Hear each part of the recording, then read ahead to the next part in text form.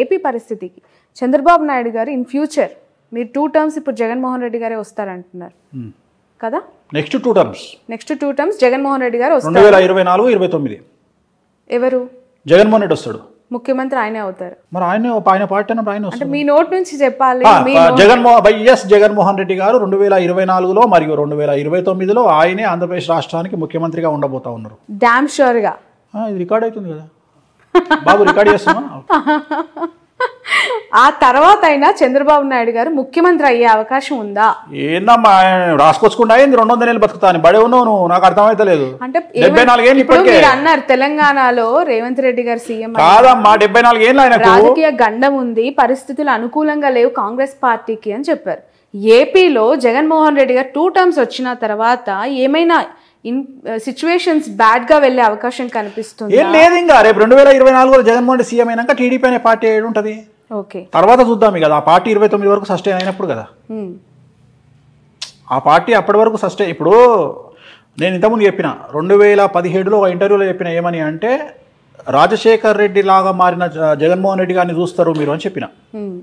అన్నట్టుగానే ఆయన మారిన తర్వాత ఆయనకు జనాల్లో లీడర్లు నమ్మకం వచ్చింది. అట్లనే ఇంకో మాట చెప్తున్నా ఇప్పుడు నీ తరపున, కేసీఆర్గా మారబోతున్న జగన్మోహన్ రెడ్డిని చూస్తారు 24లో. అర్థమైందా డైలాగ్? ఓకే, కంట్రోల్ చేస్తాడు, ఓకే, అందరినీ కంట్రోల్ చేస్తాడు. సో ఇంకా తిరుగులే జగన్మోహన్. స్థానబలం ఏంటంటే స్థానబలం, మేము తెలంగాణలో ఉన్నాం కాబట్టి ఆంధ్రలో మమ్మల్ని ఏం చేస్తారు అని చాలా మంది అనుకుంటారు. కానీ బట్ కుటుంబానికి సంబంధించి పదే పదే మాట్లాడుతూ ఉన్న వాళ్ళకి అంటే ఇంపాక్ట్ ఏ విధంగా ఉంటుంది అంటారు? ఈ ఎలక్షన్స్ టైంలో చెల్లి షర్మిల గారు తెలంగాణకు వచ్చేసారు, తల్లి గౌరవ అధ్యక్షురాలుగా రాజీనామా చేశారు, ఇప్పుడు ఆయనతో భార్య ఉన్నారు భారతి గారు, పరోక్షంగా సపోర్ట్ చేసినా కూడా ఆమె ప్రత్యక్ష రాజకీయాలకు వచ్చే అవకాశం ఉందంటారు? లేదమ్మా, లేదు, రారు. ఓకే, ఆ నెసిటీ లేదు వాళ్ళకి, వాళ్ళ ఫ్యామిలీకి అవసరం ఏముంది? ఇప్పుడు సరే, ఇప్పుడు షర్మిల ఫైటింగ్ ఇంకోటో అవన్నీ వ్యక్తిగతమైన అంశాలు. ఇప్పుడు తెలంగాణలో నాకు తెలిసిన ఫ్యామిలీ ఉంది, అన్న టీఆర్ఎస్లో ఉన్నాడు, తమ్ముడు బీజేపీలో ఉన్నాడు, వాళ్ళ పెద్దన్న కాంగ్రెస్లో ఉన్నాడు. వాళ్ళు అనామకులు కాబట్టి వాళ్ళ గురించి మాట్లాడుకోము. ఇది సీఎం ఫ్యామిలీ కాబట్టి మాట్లాడుకుంటున్నాం. అట్లా ఎన్ని ఫ్యామిలీలు లేవు తెలంగాణలో, నాకు తెలిసిన వాళ్ళు మస్తు మంది ఉన్నారు. సో అది కామన్ కదా, దాన్ని పెద్ద విశేషించి మాట్లాడుకోవాల్సినటువంటి అవసరం లేదు. వాళ్ళ జాతకరీత్యా ఉంటుంది. షర్మిల జాతకము, షర్మిల ఆంధ్రప్రదేశ్లో ఎంపీ కావాలి అంటే జగన్మోహన్ రెడ్డి చెప్పినట్టు ఉంటుంది, అన్న నాకు ఎంపీ అంటది, రాజ్యసభ ఇస్తాడు, ఎంపీ ఇస్తాడు, పోతుంది. ఆమె జాతకంలో రాజయోగం అనుభవించే పరిస్థితి లేదు కాబట్టి వ్యతిరేకమైన నిర్ణయాలు తీసుకుంటుంది. So actually nothing but decision. ఆమె తీసుకునే నిర్ణయాలు ఆమె జీవితము. ఆమె పార్టీ పెట్టినా, తెలంగాణలో కాంగ్రెస్ పార్టీకి పోయినా, లేకపోతే ఇంకో మాట మాట్లాడినా, ఇవన్నీ కూడా రాజకీయ జాతకపరమైన అంశాలే కదా. సో ఆమె తీసుకునే నిర్ణయాలు, ఆమె మాట్లాడే మాటలు ఆమె జీవితాన్ని డిసైడ్ చేస్తాయి. ఎలా ఉండబోతుంది అంటారు షర్మిల యొక్క? పెద్ద గొప్పగా ఉండదు. ఓకే, షర్మిల గారు జగన్ దగ్గరికి పోతే హ్యాపీగా ఉంటుంది ఆమె జీవితం. ఆయన లేకుండా ఆమెను ఊహించుకోలేం. వెళ్ళే అవకాశం ఉందంటారు? ఎందుకంటే నీకు బాగా క్లోజ్ అమ్మా, నాకు తెలుసమ్మా, నీకు అమితమైనటువంటి ప్రేమ, నీకు చాలా క్లోజ్ షర్మిల. ప్రొఫెషన్ వేరు, వ్యక్తిగత మామూలుగానే అంటున్నా తల్లి, చెప్పట్లేదు. చాలా మందికి ఏంటంటే, ఇప్పుడు నేను మీకు డీకే శివకుమార్ అత్యంత సన్నిహితుడు అంట, కానీ ఆ సన్నిహితం ఎంతవరకు ఉండాలో అంతవరకే. షర్మిలమ్మ గారు పార్టీ పెట్టినప్పటి నుంచి టిల్ టుడే ప్రతి ఒక్క పొలిటికల్ యాక్టివిటీ పైన నా కవరేజ్ ఉంది. అండ్ ఒక మహిళ, ఇప్పుడు కల్వకుంట్ల కవిత గారు అవ్వచ్చు, ఇటు మన షర్మిల గారు అవ్వచ్చు. ఇప్పుడు షర్మిల గారి గురించి మనం ఇప్పుడు కాదు, పార్టీ పెట్టిన రోజు నుండి మాట్లాడుకుంటున్నాం. నేను ఎప్పుడైనా పాజిటివ్ గా మాట్లాడినా, ఓ మొత్తం ఇరగదీస్తుంది అని చెప్పినా, 1% ఇంపాక్ట్ కూడా ఉండదని చెప్పిన, నిజమైంది కదా. నేనేం మాటలు మార్చట్లేదు కదా. మీరు ఆ రోజు కూడా నువ్వు ఆమె దగ్గర ఇంటర్వ్యూ తీసుకొని వచ్చిన మరుక్షణం నేను చెప్పిన ఏముండదు తల్లి, అంత నార్మలే ఉంటుంది పరిస్థితి అని చెప్పిన, అంతే తప్ప నేనేం గొప్పగా మాట్లాడాను. అంతలాగా ఒక పాదయాత్ర, నిజంగానే చెప్పాలి, ఒక మహిళగా ఆమె చేసిన పాదయాత్రని నేను కల్లారా చూసిన వ్యక్తిగా కష్టం వేరు, చాలా చాలా బాధపడ్డాను ఆ రోజు. ఎందుకు అంటే పక్క రాష్ట్రంలో అన్న సీఎం గా ఉన్నారు, ఇక్కడ ఒక మహిళ ఒంటరిగా ఎందుకు ఈ పరిస్థితి వచ్చింది?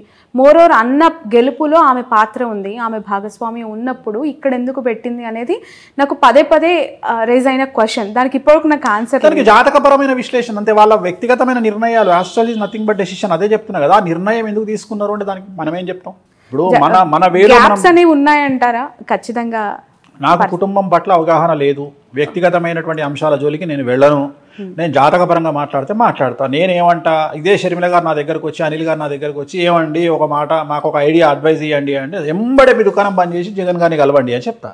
ఎందుకు? అక్కడ పోయి కూర్చుంటే మీకు ఆల్రెడీ ఏదో పదవి ఇస్తాడు, హ్యాపీగా ఎంజాయ్ చేస్తారు లైఫ్, ఒక సీఎం చెల్లెగా లైఫ్ ముందుకెళ్తుంది. ఇంత కష్టాలు మీరు పడాల్సిన అవసరమే లేదని చెప్తా నేను. కానీ వాళ్ళు మనం అడగరు, మనం చెప్పాం, అయిపోయింది. సో ఇట్లనే astrology is nothing but decision. వారసులకి సంబంధించిన ప్రశ్న ఇది. కేసీఆర్ గారు ముఖ్యమంత్రిగా 2 టర్మ్స్ చేసిన తర్వాత ఇప్పుడు గెలిచి ముఖ్యమంత్రి పదవికి రాజీనామా చేశారు. కానీ కొడుకును ముఖ్యమంత్రి స్థాయిలో సొసైటీలో ప్రొజెక్ట్ చేశారు. నెక్స్ట్ 5 yearsలో కేటీఆర్ గారు ఆ స్థాయిలో ఎమర్జ్ అవుతారు పీపుల్లో అనేది ఒక మాట వినిపిస్తోంది. చంద్రబాబు నాయుడు గారి వారసుడు లోకేష్ గారి గురించి ప్రస్తావిస్తూ ఉన్నారు. లోకేష్ గారు ముఖ్యమంత్రి అయ్యే అవకాశం కానీ, పాదయాత్రను మరొకసారి దిగ్విజయంగా నాన్ స్టాప్గా స్టార్ట్ చేసి ఎండ్ చేసే పరిస్థితి కానీ, పీపుల్స్ లీడర్గా ఎస్టాబ్లిష్ అయ్యే అవకాశం కానీ ఉందా అని చెప్పి ఇక ఇండివిజువల్గా చెప్పగానే ఇద్దరికి లేదు, ఇద్దరు ముఖ్యమంత్రుల కొడుకులకు లేదు. ఒకటే ఆన్సర్లో 2 సమాధానాలు. ఇటు కేసీఆర్ గారు అబ్బాయి కేటీఆర్ కానీ, బట్ కంపారిటివ్లీ ఈరోజు ఇప్పుడు కూడా సిరిసిల్లలో ఆయన మళ్ళీ విక్టరీ. మళ్ళీ నువ్వు అన్ని జనరలైజ్డ్, నేను ఆస్ట్రాలజర్ అమ్మా, పొలిటికల్ అనలిస్ట్ కాదు. పొలిటికల్ ఆస్ట్రాలజర్ అనొచ్చు, పొలిటికల్ ఆస్ట్రాలజర్ అను, కానీ పొలిటికల్ అనలిస్ట్ కాదు. పొలిటికల్ ఆస్ట్రాలజర్ గా చెప్పండి. ఇప్పుడు 3 సార్లు ఆయన ఎమ్మెల్యేగా గెలిచారు, దిగ్విజయంగా మంత్రి పదవులు అనుభవించారు. ఇప్పుడు సరే ఓకే ప్రతిపక్షంలో కూర్చుంటారు, వేరే విషయం. కానీ నారా లోకేష్ గారికి సంబంధించి అసలు ఎమ్మెల్యేగా గెలుస్తారా అనే ప్రశ్నకు ఆన్సర్ ఏంటి? ఎమ్మెల్యే గెలవచ్చు, అది పెద్ద విషయం ఏం కాదు. ముఖ్యమంత్రి కాలేరు, ఆయన జీవితంలో ముఖ్యమంత్రి అయ్యే యోగం లేదు. ఏంటి ఆయన జాతకం ప్రకారం? రావు మార్గదర్శ నడుస్తుంది 2024 వరకు. ఎలక్షన్లో రావు మార్గదర్శలో ఉంటారు. ఈ ఎలక్షన్లో ముఖ్యమంత్రి అయ్యే యోగం లేదు. ఎట్లాగో లేదు. మీరు 2 టర్మ్స్ జగన్మోహన్ రెడ్డి అన్నారు. సో ఇన్ ఫ్యూచర్ ఆయన జాతకం ఓకే గెలుస్తారా నెక్స్ట్ 24లో? ఆయన గెలవడం పెద్ద విషయం కాదు, నేను అదే చెప్తున్నా. 2025 ఎలక్షన్ కాబట్టి 24లో ఎమ్మెల్యే గెలిచే అవకాశం ఉంది. ఎమ్మెల్యేగా మంగళగిరి నుంచి. మంగళగిరి పోటీ చేస్తాడా ఇంకోటి మనం డిసైడ్ చేయలేం కదా. చాలా మందికి అర్థం కాని ఒక క్వశ్చన్, $1 million ప్రశ్న. చంద్రబాబు నాయుడు గారి అరెస్ట్ విషయంలో మీరు ఇందాకన్నా జూనియర్ ఎన్టీఆర్ ఎందుకు స్పందించలేదు అని చెప్పి, మీరేమనుకుంటున్నారు గురూజీ? అంటే ఎందుకు అంత సైలెంట్గా ఉండాల్సి వచ్చింది ఆయన? తన కెరియర్ మీద తనకున్న నమ్మకం, తనకు రాజకీయంగా కంటే సినిమా ఇండస్ట్రీ పరంగా తనకున్న నమ్మకం, ప్లస్ తిరుమల తిరుపతి దేవాలయంలో నేను వాళ్ళ అమ్మగారు కూర్చొని మాట్లాడినప్పుడు నన్ను ఒక ప్రశ్న అడిగారు ఆవిడ. ఎన్టీ రామారావు బర్త్ విషయంలో, జూనియర్ ఎన్టీఆర్ బర్త్ విషయంలో ఒక పెద్ద సమస్య ఉంది, ఆ సమస్య తెలియకుండా మీరు మావాడి జాతకాలు బాగా చెప్తున్నారు, ఎటా చెప్తున్నారు మీరు అని అడిగింది. ఆ సమస్య ఏందో నాకు తెలుసు తల్లి, ఇది సమస్య అని చెప్పిన. అనగానే షాక్ అయింది ఆమె. పెద్ద ఎన్టీఆర్ గారికి తప్ప, నాకు తప్ప, బాబుకి తప్ప, ముగ్గురికి తప్ప 4వ వ్యక్తికి తెలియదు, మీకు ఎట్లా తెలుసు అన్నది. నాకు తెలుసమ్మా అన్న నేను. ఆయనది మఖా నక్షత్రం, జూనియర్ ఎన్టీఆర్ది మఖా నక్షత్రం, జయలలితది కూడా మఖా నక్షత్రం, ప్లస్ ఆయన మంచి యోగంలో పుట్టిండు జూనియర్ ఎన్టీఆర్. కానీ ఆయన రాజకీయాల్లోకి రావడానికి టైం ఉంది. నేనే వాళ్ళ అమ్మతో అన్నది ఏంటంటే 2030 వరకు రాజకీయాల్లోకి రానియకండి బాబుని అని చెప్పిన. ఓకే, సో మీ సలహా అనమాట. నేను చెప్పింది అయితే వాళ్ళ అమ్మగారికి చెప్పిన మాట, తిరుమల దేవాలయంలో చెప్పిన మాట, హుండీ లెక్క పెడుతుంటే పక్కన నేను మాట్లాడింది, వైకుంఠ ద్వారం పక్కన కూర్చున్నప్పుడు దర్శనం అయిపోయిన తర్వాత ఆమెను ఆ దేవాలయంలో మాట్లాడిన సందర్భంలో 2030 వరకు జూనియర్ ఎన్టీఆర్ రాజకీయాల్లోకి రాకుంటే బాగుంటుంది, 29 ఎలక్షన్లకు అయితే వద్దు అంటే 29 ఎలక్షన్ల వరకు ఎన్టీఆర్ గారు రాజకీయ అరంగేట్రం చెయ్యరు, కన్ఫర్మ్. ఓకే వేణుస్వామి గారు, మనం చాలా జంటలు విడిపోవడానికి చూస్తున్నాం. పెళ్ళంటారు, వచ్చి పత్రిక ఇస్తారు, ఒక 6 నెలల తర్వాత విడాకులు అంటూ ఉంటారు. మీరు కూడా చాలా సెన్సేషనల్ న్యూసెస్ చెప్పారు వాటి పట్ల. ఎందుకు పెళ్ళిళ్ళు నిలబడట్లేదు? అవి పెద్దలు కుదిర్చిన వివాహమైనా, ప్రేమ వివాహమైనా, మీరు గతంలో చెప్పారు లాస్ట్ ఇంటర్వ్యూలో సమంత నాగచైతన్య యాస్టిస్ జరిగిందని. ఇప్పుడు మళ్ళీ కొత్తగా మ్యారిటల్ లైఫ్లోకి వచ్చిన జంటలు చాలామంది కూడా విడిపోయారు. బట్ ఆఫ్ ద రికార్డ్ నాకు చాలా చెప్తూ ఉంటారు. కానీ కొన్ని సెలబ్రిటీ జాతకాలకి సంబంధించి ఏం చెప్తారు? ఉదాహరణ ఇంకొక సెన్సేషనల్ కపుల్తో తీసుకుందాం. సో కొత్తగా పెళ్ళైన లావణ్య త్రిపాఠి అండ్ వరుణ్ తేజ్.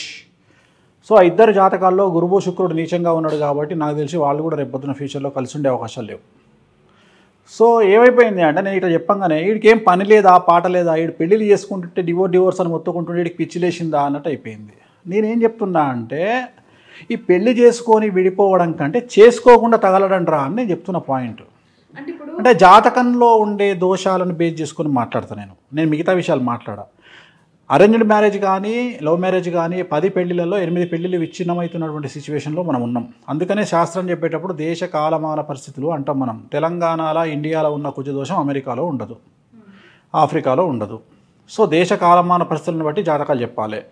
సో మన దేశంలో కుజదోషం ఉంటుంది, శుక్రదోషం ఉంటుంది, లావణ్య త్రిపాఠికి గురుదోషం ఉంది, వరుణ్ తేజ్కు నాగదోషం ఉంది. కాబట్టి ఈ ఇద్దరి కుటుంబాల్లో ఒక ప్రముఖమైనటువంటి లేడీ ద్వారా, ఒక స్త్రీ మూలకంగా వీళ్ళిద్దరు విడిపోయే అవకాశం ఉంది. ఇవాళ చెప్తున్నాను నీకు. సో ఈ జాతకాన్ని మేము మొదలే అంచనా వేసి చెప్తాం, మీరు పెళ్లి చేసుకోకంటారా అని. అయినా మా చావు మేము చేస్తాం, మేము ప్రేమించుకున్నాం, పెళ్లి చేసుకున్నాం అని జోస్లో పెళ్లి చేసుకుంటాం. అంటే ఇప్పుడు 6 ఏళ్ల ప్రయాణం, వాళ్ళ ప్రేమ అనేది 6 ఏళ్ళు ప్రయాణించి పెళ్లి పీటలు ఎక్కిందని మాట్లాడుకునే క్రమంలో అట్లా పెళ్లి చేసుకున్నారా విడిపోతారని మీరు చెప్తున్నారు. అంటే మొదలే చెప్తారు వాళ్ళకు, నేను చెప్పడం కాదు ఇది. ఇప్పుడు వేణుస్వామి చెప్పిన కథ కాదు ఇది. వాళ్ళకు సంబంధించిన పండితులు ఆల్రెడీ చెప్తారు వీళ్ళకు, మీరు విడిపోతారు చేసుకోకండి అని. అయితే వీళ్ళ ఓవర్ కాన్ఫిడెన్స్ ఏంది అంటే, మేము కలిసి ఉంటాం, మీరెంత మా ముందరా అనుకొని చేసుకుంటారు. అది ప్రేమికులకు ఉండాల్సిన ప్రథమ లక్షణం, నేను కూడా కాదంటలేను. నాది కూడా ప్రేమ వివాహం కాబట్టి. కానీ పెళ్లి చేసుకున్నాక అస్సలు టార్చర్ స్టార్ట్ అవుతుంది. పెళ్ళి ఎప్పుడు, నేను ఇంతకుముందు కూడా చెప్పిన నీకు, ప్రేమించిన అమ్మాయిని సంపాదించడం గొప్ప కాదు, పెళ్లి చేసుకున్న తర్వాత అమ్మాయిని కాపాడుకోవడం గొప్ప అనేది నా ఉద్దేశం. రెండోది ఏంటంటే, ఎప్పుడు కూడా మగవాడు అణిగిమణిగి ఉండాలి. ఈ కలియుగంలో మగవాడు రెచ్చిపోతే వర్కౌట్ కాదు. ఎట్లాగో ఆడవాళ్ళు రెచ్చిపోతారు. ఎందుకంటే ఆడవాళ్లకు వర్క్ బ్యాలెన్సింగ్, వర్క్ స్ట్రెస్, ఇంటి స్ట్రెస్ వల్ల బ్యాలెన్స్ చేయలేకపోయినప్పుడు లేదా ప్రకృతి నియమాల ప్రకారం డేట్ వచ్చినప్పుడు మెన్సెస్ టైంలో వాళ్ళు బరస్ట్ అవుతారు. దాన్ని అర్థం చేసుకోగలగాలి. హార్మోన్ ఇన్బ్యాలెన్స్, థైరాయిడ్ ప్రాబ్లం వల్ల, పీసీఓఎస్ల వల్ల వాళ్ళు ఏదైనా అరిచి మాట్లాడినా 10 నిమిషాలు సైలెంట్గా ఉంటే కథమైపోతుంది కిస్సా. కానీ మనోళ్ళు అట్లా ఉండదు కదా. దాన్ని సీరియస్గా తీసుకొని మగోళ్ళు మేధావులు మమ్మల్ని తిడతావా నువ్వు అని పెళ్ళాం మీదకి అరవడము, అది ఎక్కడికో దారితీసి విడాకులకు దారితీస్తాయి. సో దీంట్లో అత్త ఒక క్యారెక్టర్, తల్లి ఒక క్యారెక్టర్, తోటికోడలో క్యారెక్టర్, వీళ్ళందరూ వచ్చి పెంట పెట్టడం వల్ల విడాకులు అవుతాయి. అయితే మీరు అనొచ్చు ఇవన్నీ సామాజికంగా జరిగే అంశాలు కదా, జాతకానికి ఏం సంబంధం? దాంట్లోనే డిసైడ్ చేస్తాం. గురువు నీచంలో ఉంటే ఒక ప్రాబ్లం ఉంటుంది, శుక్రుడు నీచంలో ఉంటే ఒక ప్రాబ్లం ఉంటుంది, చంద్రుడు నీచంలో ఉంటే ఒక ప్రాబ్లం ఉంటుంది. నా వరుణ్ తేజ్ జాతకంలో గురువు నీచము, శుక్రుడు నీచము, లావణ్య త్రిపాఠి జాతకంలో నాగదోషము, కుజదోషము. సో ఇన్ని దోషాల మధ్యన వాళ్ళిద్దరు కలిసి ఉండడం అనేది చాలా పెద్ద మిరాకిల్. అదొక పెద్ద మిరాకిల్, అదొక ఇక అర్థం కానటువంటి చిదంబర రహస్యం. ఓకే. అంటే ఇప్పుడు మెగా ఫ్యామిలీకి సంబంధించి ఎప్పుడు కూడా ఏదో ఒక న్యూస్ టాక్ ఆఫ్ ద టౌనే. మనం గతం మెగా ఫ్యామిలీ అని కాదమ్మా, తప్పది మాట్లాడుకోవడం. ఎందుకంటే ప్రతి కుటుంబంలో ఉంటుంది. వాళ్ళు సెలబ్రిటీస్ కాబట్టి బయట తెలుస్తుంది. మన పక్కింట్లో ఏం జరుగుతుందో మనం, అది సెలబ్రిటీ కాదు కాబట్టి చెప్పం అంతే. సో అలానే అంటే ఇది సెలబ్రిటీ ఫ్యామిలీకి కాబట్టి ఇంత చర్చ కూడా జరుగుతుంది. నేను కూడా అందుకనే చెప్తా కదా, మీరు నాగ చైతన్యకి డివోర్స్ అవుతాయని చెప్పారు, అఖిల్ కి పెళ్లి కాదు డివోర్స్ అవుతాయని చెప్పారు. ఇప్పటి వరకు ఆయన కూడా కెరియర్ కూడా ఎఫెక్ట్ ఉంటుంది, ఆయన సెట్ కాడని చెప్పిన. ఎందుకంటే ఆయన జాతకంలో ఉన్న దోషము, మా చుట్టమేవా నాకీలు, నాకు శత్రువా, ఎందుకు చెప్తా? సో ఇవన్నీ ఉన్నాయి, నేను చెప్పినవి చాలా ఉన్నాయి. నేను చెప్పినవి అన్నీ తవ్వుకుంటూ కూర్చుంటే నేను చెప్పిన 100లో 98 సక్సెస్. నా సక్సెస్ రేట్ 98. నేను చెప్పినవి ఆల్మోస్ట్ ఆల్ జరిగినాయి. అసలు నేను చెప్పినవి జరగలేదు అనేది వెతికితే కష్టం, అసలు జరగకుండా ఉండవు. కాకపోతే ఆ టైం వరకు వెయిట్ చేయాలి అంతే. రెండోది ఏంటంటే, ఎందుకు చెప్తున్నావు అంటే పబ్లిసిటీ కోసం చెప్తున్నావు. బరాబర్ చెప్తా. నా లైఫ్కు నేనే సీఈఓ. మరి నన్ను నేను ప్రమోట్ చేసుకోవాలి, ఎవడు చెప్తాడు నన్ను? బట్ అలా ఒకరి లైఫ్ ని పబ్లిక్ ఫిగర్స్, సెలబ్రిటీ స్టేటస్ వాళ్ళని మాత్రమే చెప్తా. వాళ్ళ లైఫ్ ని ఇలా మీడియాలో ప్రస్తావించడం వాళ్ళ దృష్టిలో చెడు అవుతుంది కదా. వాళ్ళ దృష్టిలో చెడు అయినా వాళ్ళ వల్ల కొంతమంది బాగుపడతారనే ఉద్దేశం. సమంత, నాగ చైతన్య ఎగ్జాంపుల్ వల్ల చాలా మంది పెళ్లి చేసుకోకుండా ఉన్నారు నాకు తెలిసిన వాళ్ళు. అంటే వేణుస్వామి నిజాలు చెప్తాడు, సమంత నాగ చైతన్యది ఇట్లా అయ్యింది కాబట్టి మేమిద్దరం వస్తాం అని నా దగ్గరకు వచ్చి కూర్చొని, స్వామి గారు మేమిద్దరం పెళ్లి చేసుకుంటాం, మా ఇద్దరికి షష్టాష్టకాలు అయినాయా, మేము చేసుకోవాలా వద్దా అని అడిగితే అమ్మాయి ఏమంటుంది? తల్లిదండ్రులకు చెప్తుంది అమ్మాయి, వేణుస్వామి చెప్పితే నిజంగా నమ్ముతా, లేకుంటే నా పిల్లగానే చేసుకుంటా. కొన్ని అంచనాలు తప్పొచ్చు కదా మీరు చెప్పిన ప్రెడిక్షన్స్. అంచనాలు తప్పవు, టైం తప్పుతుంది. నేను డిసెంబర్ అంటే అది జూన్కి వెళ్ళొచ్చు, నేను జనవరి అంటే జూన్కి వెళ్ళొచ్చు, కానీ అంచనాలు తప్పవు, జరిగి తీరాల్సిందే. పాలలో ఉప్పు వేస్తే 100% పాలు విరిగిపోవలసిందే. కానీ అది పాలు పొంగినప్పుడు ఇరిగిపోయినాయా, పొయ్యి మీద వెట్టంగా ఇరిగిపోయినాయా, దించేటప్పుడు ఇరిగిపోయినాయా అనేది తేడా. సో జరిగి తీరాల్సిందే. సో చాలామంది మారుతున్నారు. నేను చెప్పడం వల్ల షష్టాష్టకాల గురించి, సమంత నాగ చైతన్య గురించి మాట్లాడినప్పుడు చాలామంది రియలైజ్ అవుతున్నారు. చాలామంది వేణుస్వామి దగ్గరకు వచ్చి మీరు చెప్పింది ఇంకా రబ్బర్ స్టాంప్ అని ఫిక్స్ అవ్వాలి. కాకపోతే నేనేం చేయలేను, నన్ను తిట్టుకున్నా నేనేం చేయలేను. ఇప్పుడు నేను నమ్మే వాళ్ళతో నాకు నా లింక్ అమ్మ, నమ్మనంతో నాకేం పని?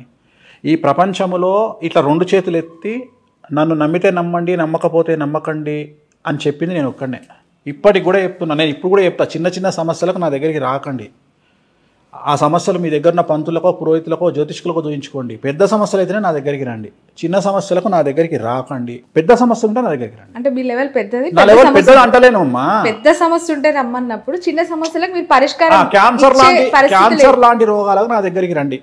మీకున్న రోగాలకు లోకల్ డాక్టర్ దగ్గరికి వెళ్ళండి. ఓకే, అప్పుడు అది పెద్దది ఎట్టయితుంది? నేను తోపునని చెప్తలేను కదా. నేను అనేది ఏంటంటే ఆ టైం వేరే వాళ్ళకి ఇచ్చే అవకాశం నాకు వస్తుంది. నాకున్న టైమే తక్కువ. ఎవరికైనా 24 అవర్సే. దాంట్లో నా సోమవారానికి 9 గంటల వరకు లేవా. సో నేను వచ్చేది 12 గంటలకు నేను వచ్చి జాతకం చెప్పుకోవాలి అంటే ఆ 12 నుండి 4 మధ్యలో మహా అంటే 15 మందికి జాతకాలు చెప్తా. సో ఈ 15 మందికి చెప్పుకుంటూ పోతే ఎంతమందికి 8,000 మంది వెయిటింగ్ ఉన్నారు ఇప్పుడు ఈ రోజు కండిషన్. నేను ఎంతమందికి చెప్పుకోగలుగుతా? అందుకని దయచేసి మ్యాక్సిమం నా దగ్గరికి. ఇంకొంతమంది ఏం చేస్తారు, ఇప్పుడు ఒక క్లయింట్ నా దగ్గరికి వస్తాడు, ఒక రెమెడీ రాస్తా, తిరునల్లారు పోయి పూజ చేయించుకొని రండి. పూజ చేయించుకొని వచ్చినాక మళ్ళీ నా దగ్గరికి వస్తా అంటాడు. అయ్యా నువ్వు పూజ చేయించుకున్నావు కదా నాయన, మళ్ళీ నా దగ్గరికి ఎందుకు వస్తావు? రెమెడీ అయిపోయింది, వెళ్ళిపో. మళ్ళీ కలిసి నాతో మాట్లాడు, స్వామి నేను పూజ చేయించుకున్నా అని చెప్తా అంటాడు. సో అందుకని నీ ద్వారా చెప్తున్నా, నా దగ్గరకు వచ్చి రెమెడీ చేసుకున్నాక అవసరం లేదు నన్ను కలవడం. Wait for time. ఆటోమేటిక్గా గ్రహాలు మారినప్పుడు మీ టైం పనిచేస్తుంది, ముందుకు వెళ్ళిపోతారు. బట్